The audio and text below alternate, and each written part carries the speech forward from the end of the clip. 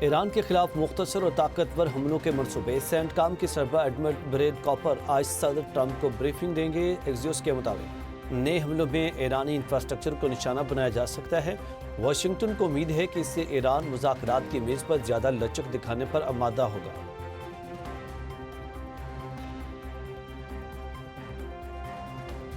Motor cycle سواروں، public transport اور goods transport کے لیے سبسڈی میں 1 ماہ توسیع کا فیصلہ۔ وزیر اعظم شہباز شریف کی سفری کرایوں اور مال بردار گاڑیوں کے کرایوں میں اضافہ روکنے کی ہدایت۔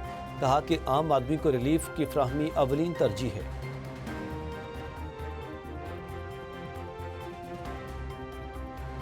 اور پیٹرولیم مصنوعات کی قیمتوں میں اضافے کا امکان۔ صارفین نے پیٹرول پمپس پر ہلہ بول دیا، لمبی لائنیں لگ گئیں۔ متعدد پیٹرول پمپس پر پیٹرولیم مصنوعات کی قلت۔ جمعے کو پیٹرول کی فی لیٹر قیمت میں 40 روپے لیٹر اضافہ متوقع ہے۔ آل پاکستان پیٹرول پمپ اونرز ایسوسی ایشن کی ہڑتال کی خبروں کی تردید۔